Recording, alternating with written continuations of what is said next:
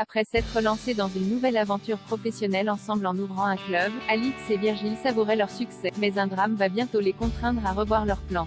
Après avoir tous deux traversé une mauvaise passe, Alix et Virgile ont trouvé un nouveau souffle lorsque leurs routes se sont croisées dans un si grand soleil. La première, humiliée après son divorce, avait monté un business décor qui avait failli lui coûter un séjour en prison.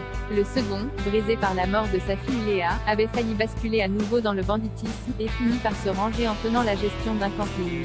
Leur rencontre fortuite leur avait alors permis de s'amuser entre adultes consentants, mais aussi de faire germer une nouvelle idée fructueuse.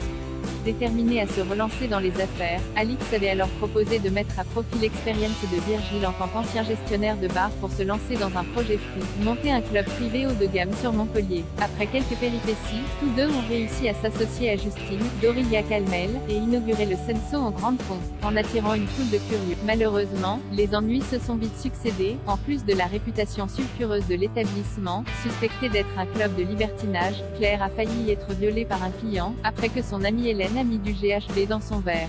Et selon Nadia Fossier, l'interprète d'Alix, les choses ne sont pas prêtes de s'arranger pour les deux associés.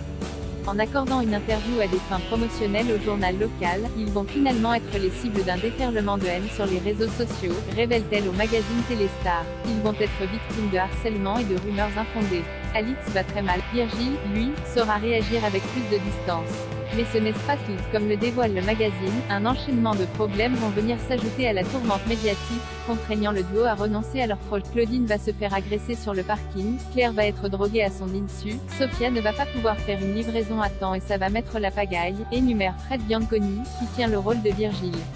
Et pour couronner le tout, un incendie va se propager dans l'établissement. Rien ne leur sera épargné, souligne l'acte. Si l'origine de cet incendie reste encore peu claire, Virgile, bouleversé par cette catastrophe, va finir par baisser les bras et se laisser tenter lorsqu'une acheteur se présentera à eux pour racheter le plat. Au-delà du souvenir de la mort de sa fille dans l'incendie de Hell Escape Game, il se sent surtout coupable d'avoir mis les clients et son équipe en danger. Alix, quant à elle, saura faire preuve de résilience après cet échec, selon son interprète. Encore une fois, elle va devoir rebondir. Et comme c'est une one life et qu'elle n'a aucune entrave, elle va se lancer à fond dans un domaine où elle n'a encore jamais évolué.